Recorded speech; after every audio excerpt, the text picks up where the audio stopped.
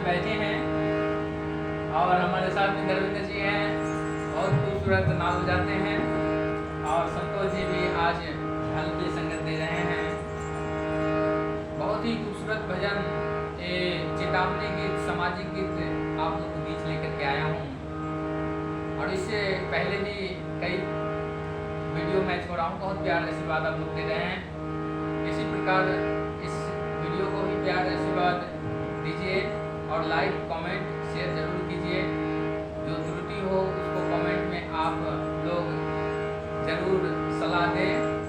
आइए इस गाना को लेकर के चलते हैं। जो तिलक दहेज लेकर के जो शादी करते हैं, उस घर में वो लड़की आती है तो अपना क्या कमाल दिखाती है, थोड़ा गौर फरमाएंगे।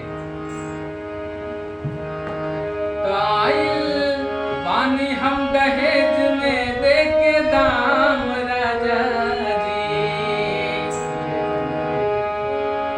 तो आइल पानी हम दहेज में लेके दाम राजा जी, तो हर कार अपना ही घर बाकी काम राजा जी, तो हर कार अपना ही घर बाकी काम राजा जी, तो हर कार अपना ही घर बाकी काम राजा जी, तो हर कार अपना ही घर बाकी काम राजा जी।